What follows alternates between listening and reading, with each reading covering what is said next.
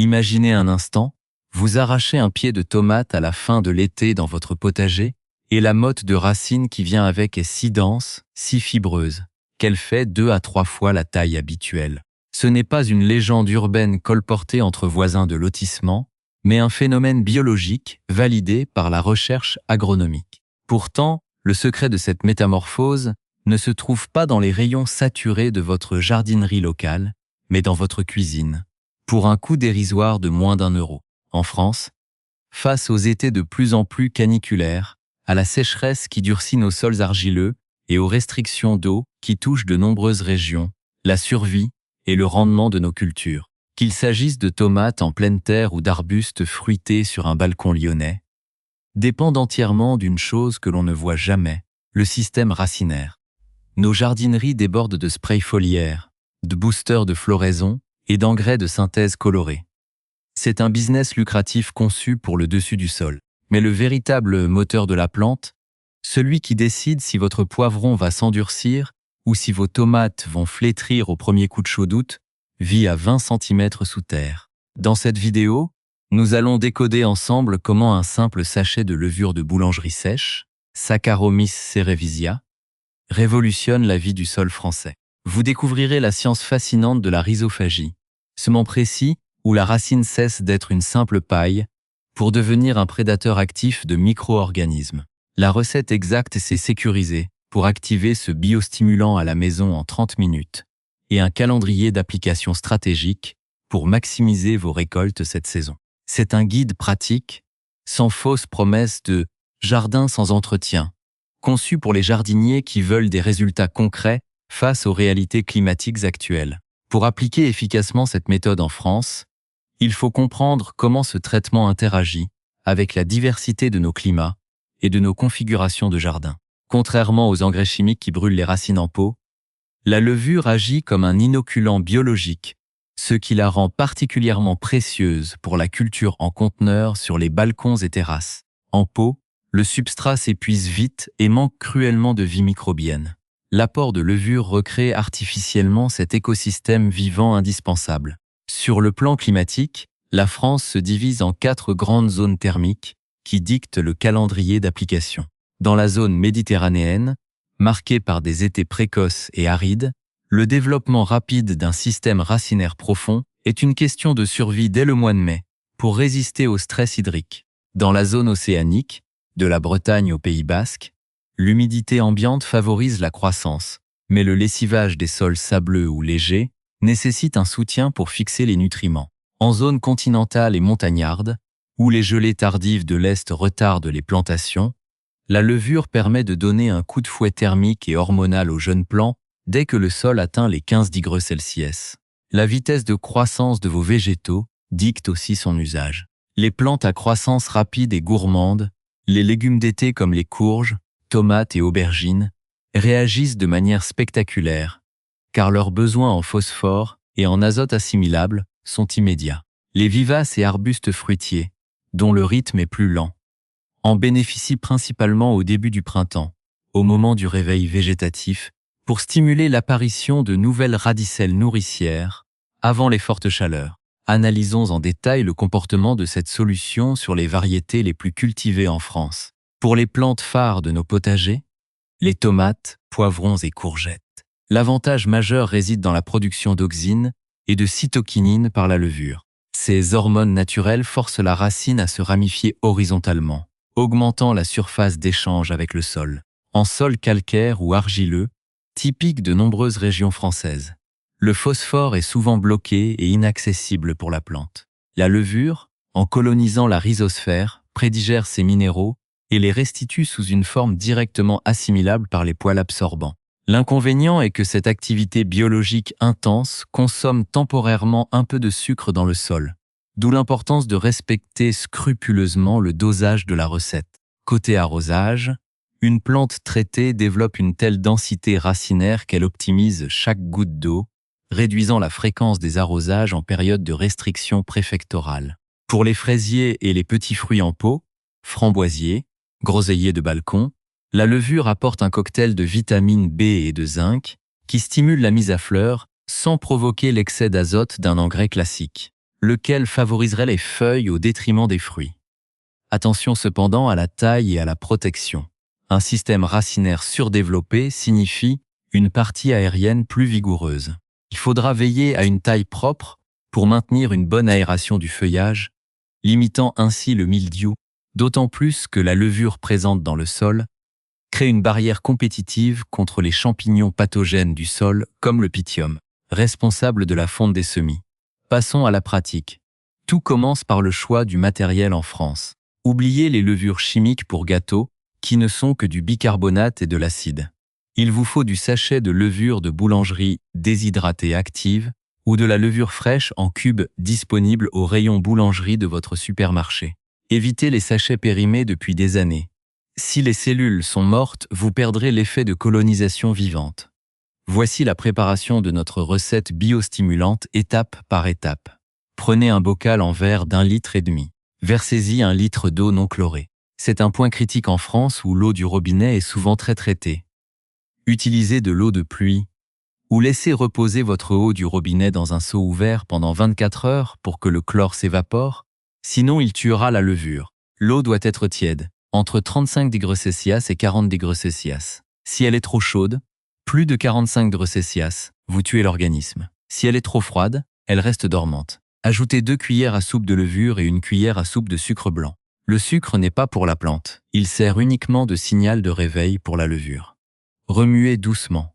Ne fermez jamais le bocal avec un couvercle hermétique, car la production de dioxyde de carbone ferait exploser le verre. Couvrez d'un linge propre avec un élastique et laissez reposer 30 à 40 minutes à l'ombre dans votre cuisine. Quand une mousse beige se forme en surface avec une douce odeur de pain, votre concentré est prêt. L'erreur fréquente des débutants est de l'appliquer pur. C'est un choc osmotique garanti pour la plante. Vous devez diluer ce litre de concentré dans 10 litres d'eau non chlorée.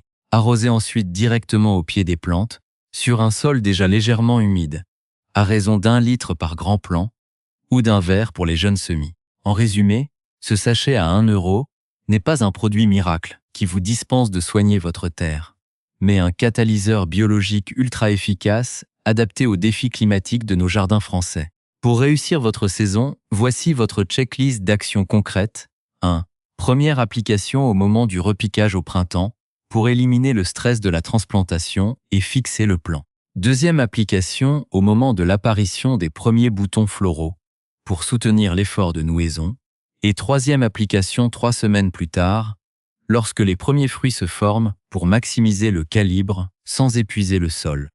Veillez toujours à appliquer cette solution tôt le matin ou en fin de soirée pour éviter le dessèchement de la levure sous le soleil de l'après-midi. Et utilisez le mélange dans les 24 heures sous peine de voir la fermentation tourner à l'alcool, ce qui stresserait le végétal. Ce procédé simple remet la biologie et le bon sens paysan au centre du jardinage moderne, loin des solutions chimiques coûteuses et standardisées. Maintenant, j'aimerais avoir votre avis et votre retour d'expérience dans les commentaires. Avez-vous déjà testé des préparations maison à base de levure dans votre région? Et quelles sont les difficultés principales que vous rencontrez avec le sol ou le climat de votre coin de France cet été? On se retrouve juste en dessous pour en discuter, et d'ici là, que vos racines soient profondes et vos récoltes généreuses. Pour tirer le meilleur parti de ce biostimulant à la levure, il faut impérativement l'adapter à la mosaïque des conditions de culture de l'Hexagone. En France, nos jardins se divisent selon une règle biologique simple. Plus le climat est rude ou le contenant restreint, plus le système racinaire a besoin d'un coup de pouce extérieur pour maintenir la viabilité des cultures. Jetons d'abord un œil à nos zones climatiques européennes. Dans la zone méditerranéenne et le sud-ouest, les étés se caractérisent désormais par des vagues de chaleur précoce dès le mois de juin. Ici, l'objectif de l'application de la levure est préventif. Il faut forcer le réseau racinaire à plonger en profondeur avant que la couche superficielle du sol ne soit totalement desséchée et cuite par le soleil. À l'inverse, dans la zone océanique, de la Bretagne jusqu'aux plaines du Nord, le problème majeur est le lessivage des nutriments provoqués par les pluies régulières sur des sols souvent sableux ou légers. Dans ces régions, la levure permet de restructurer la microflore locale pour mieux retenir les éléments fertiles autour de la racine. Enfin, en zone continentale et montagnarde, Grand Est, Auvergne, où le printemps est tardif et les seins de glace bloquent les plantations jusqu'à la mi-mai, la levure agit comme un accélérateur de démarrage. Elle permet aux jeunes plants de rattraper le temps perdu en colonisant le sol 2 fois plus vite dès que la température de la terre franchit la barre des 15 degrés Celsius. Le type de plantation dicte également la fréquence et la méthode d'intervention. Pour la culture en contenant, omniprésente sur les balcons de Paris, Lyon ou Marseille, le substrat pose 2 limites majeures, un volume de terre ridicule et une absence totale de renouvellement microbien. Les terreaux du commerce, même enrichis, s'asphyxient et se vident de leur vie en quelques semaines. Injecter de la levure vivante dans un pot de fleurs ou une jardinière de tomates de balcon permet de recréer artificiellement cette faune du sol essentielle, qui digère les engrais pour les rendre assimilables. En pleine terre, l'approche est différente. Dans les potagers traditionnels au sol lourd, argileux ou compact, très courants dans les bassins sédimentaires français, les racines s'épuisent à forer le sol. L'apport de micro-organismes vivants sécrétant des enzymes aide à assouplir la zone immédiate entourant la racine, la rhizosphère, facilitant ainsi son expansion sans épuiser l'énergie de la plante. L'entretien courant doit s'articuler avec cette vie souterraine. Si vous utilisez ce traitement biologique, vous devez bannir l'usage des fongicides chimiques de synthèse au potager, même à proximité, car ils détruiraient instantanément votre colonie de levure. De même, l'arrosage doit être mesuré. La levure a besoin d'une terre humide et aérée pour multiplier ses cellules et libérer ses hormones. Un sol détrempé de manière permanente provoquera une asphyxie racinaire qui tuera la levure et la plante, tandis qu'un sol desséché jusqu'à la craquelure stoppera net son activité en la replaçant en état de dormance. C'est une gestion fine typique du jardinage raisonné à la française, où l'on cherche à accompagner la nature plutôt qu'à lui imposer des perfusions de chimie. Entrons maintenant dans le vif du sujet, en analysant comment cette méthode s'applique concrètement aux cultures reines de nos jardins français. Et comment choisir vos priorités au potager ou sur votre terrasse. Tous les végétaux ne réagissent pas de la même manière à l'injection de Saccharomyces cerevisiae, et un bon jardinier doit savoir où placer ses pions pour rentabiliser au mieux son temps et ses efforts. Commençons par les stars incontestées de l'été en France, les solanacées, c'est-à-dire vos pieds de tomates, de poivrons et d'aubergines. Ces plantes partagent une caractéristique commune. Ce sont des gourmandes absolues, de grandes consommatrices d'azote au démarrage, puis de phosphore et de potassium pour fixer la floraison et faire grossir les fruits. Pour elles, l'apport de levure change radicalement la donne. Les tomates développent naturellement des racines adventives, ces petites bosses que l'on voit en bas de la tige. En arrosant avec notre solution vivante, les hormones végétales sécrétées par le champignon activent massivement ces points d'ancrage. Le bénéfice est double pour le jardinier français. Une meilleure résistance face au flétrissement lors des pics de chaleur d'août et une absorption décuplée des minéraux bloqués dans les sols calcaires ou trop lourds. Pour les poivrons et aubergines, qui ont souvent du mal à démarrer dans la moitié nord de la France à cause des nuits fraîches. Ce coup de fouet hormonal permet de gagner de précieuses semaines sur le calendrier de production. Passons ensuite à une autre catégorie très populaire, les cucurbitacées, courgettes, melons, potirons. Ces plantes rampantes ou grimpantes se caractérisent par un système racinaire très étalé mais superficiel. Elles sont extrêmement sensibles aux chocs de température et au manque d'eau, qui provoquent souvent l'avortement des premières fleurs. L'utilisation de la levure ici vise à densifier ce réseau de surface pour optimiser l'humidité des rosées matinales et des arrosages au goutte à goutte. L'inconvénient majeur avec les courgettes réside dans leur vigueur. Un système racinaire boosté va développer un feuillage immense. En climat océanique ou lors des fins d'étés humides en Île-de-France, cette masse de feuilles augmente le risque d'oïdium, le feutrage blanc. Le critère de choix est donc clair. Si vous boostez vos courgettes à la levure, vous devez impérativement espacer vos plants d'au moins 1 mètre et couper les feuilles du bas pour laisser circuler l'air. Qu'en est-il des petits fruits et des balcons? Les fraisiers, qu'ils soient en pleine terre ou suspendus en jardinière, adorent cette recette. La levure leur fournit des acides aminés prédigérés et des vitamines du groupe B qui améliorent la qualité gustative des fraises en augmentant leur taux de sucre naturel. Sans l'effet coup de fouet des engrais azotés chimiques qui donnent de grosses fraises gorgées d'eau et sans saveur. Pour faire votre choix, suivez cette règle simple. Priorisez les légumes fruits d'été et les cultures en pot. Les légumes racines comme les carottes ou les navets ne doivent recevoir ce traitement qu'une seule fois au tout début, car stimuler excessivement la ramification latérale plus tard dans la saison donnerait des carottes fourchuches et fibreuses, ce qui est l'inverse du résultat recherché. En ciblant les bonnes plantes, vous optimisez vos chances de succès tout en respectant le rythme naturel de votre jardin. Passons à l'action avec la méthode pratique, entièrement calibrée pour nos habitudes d'achat et nos contraintes de terrain en France.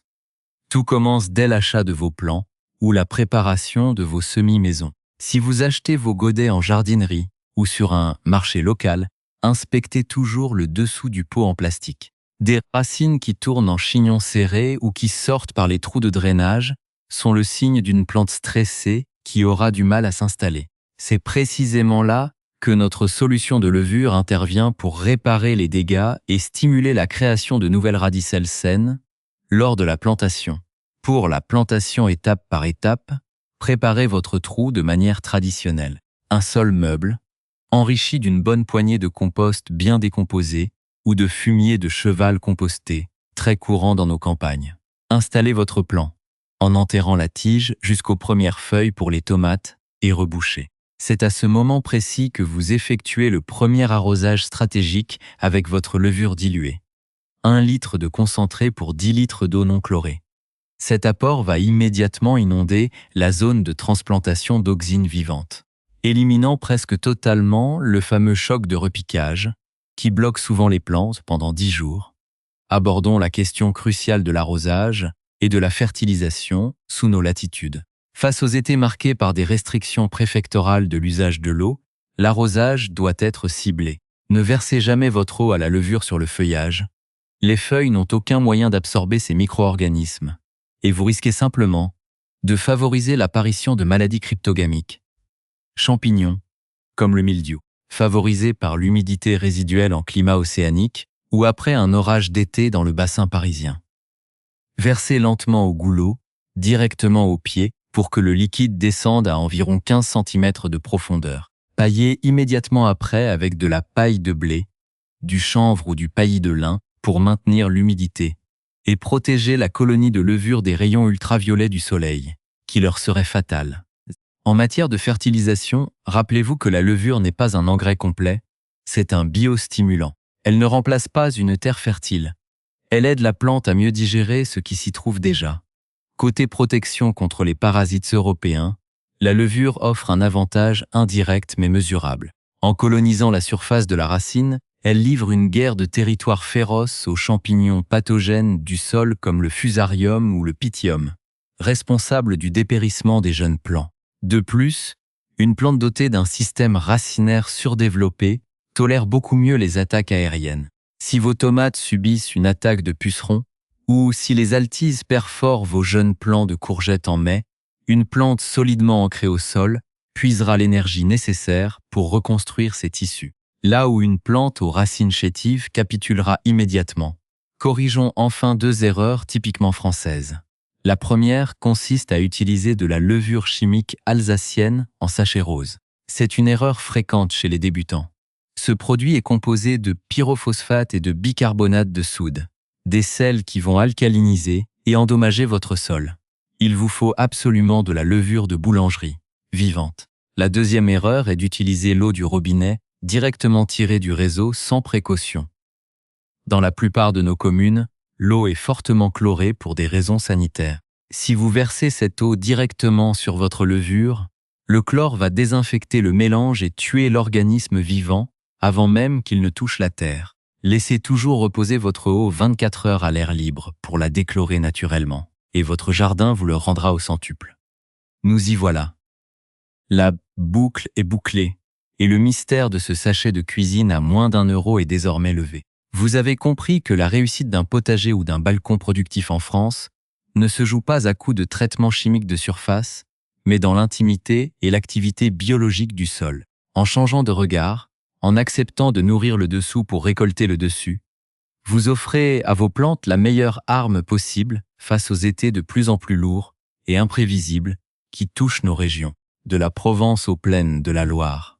Pour que cette méthode devienne un réflexe simple et sans stress, voici votre checklist saisonnière en 6 points clés, parfaitement adaptés au calendrier de nos jardins français. En avril sous serre ou en mai, après les seins de glace, procédez à la toute première application de levure diluée lors du repiquage de vos tomates. Poivrons et courgettes pour supprimer le choc de transplantation et forcer l'enracinement immédiat, 1 juin, au début de l'été. Effectuez le deuxième apport stratégique dès l'apparition des premiers boutons floraux pour stimuler la division cellulaire au bout des racines et maximiser le nombre de fleurs qui se transformeront en fruits. 1 juillet, période de fructification. Faites la troisième et dernière application de la saison, au moment où les premiers petits fruits pointent leur nez, offrant un festin d'acides aminés assimilables pour soutenir leur grossissement avant chaque arrosage biologique. Anticipez toujours la déchloration de eau en remplissant vos arrosoirs ou vos seaux d'eau du robinet 24 heures à l'avance, ou privilégiez l'utilisation directe de l'eau de pluie stockée dans vos récupérateurs de jardin. Pendant les vagues de chaleur, appliquez impérativement la solution tôt le matin, avant que le soleil ne tape sur le sol ou en fin de soirée à la fraîche. Puis paillez généreusement pour protéger les micro-organismes vivants des rayons UV destructeurs, en septembre ou octobre, fin de culture. Prenez le temps d'observer le résultat lors du nettoyage du potager. Arrachez un pied de tomate traité et comparez sa motte de racine avec celle d'un plant non traité pour constater la densité et le volume du système racinaire. Cette préparation maison prouve qu'avec des ingrédients simples de notre quotidien, validés par la science agronomique, on peut obtenir des résultats professionnels sans vider son portefeuille ni polluer sa terre. C'est une démarche d'autonomie et d'observation qui fait toute la beauté du jardinage raisonné. Pour faire vivre cette communauté et partager nos savoir-faire locaux, j'ai une question pour vous. Dans quel département ou quelle région de France cultivez-vous et quels sont les plus grands défis que vous rencontrez avec votre sol ou vos étés ces dernières années? Sécheresse intense, terre argileuse impossible à travailler. Restrictions d'eau strictes? Partagez vos réalités de terrain dans les commentaires sous la vidéo. Dites-moi si vous allez tenter l'expérience de la levure cette semaine. Et échangeons nos astuces entre passionnés. Prenez soin de vos racines et que vos récoltes soient magnifiques.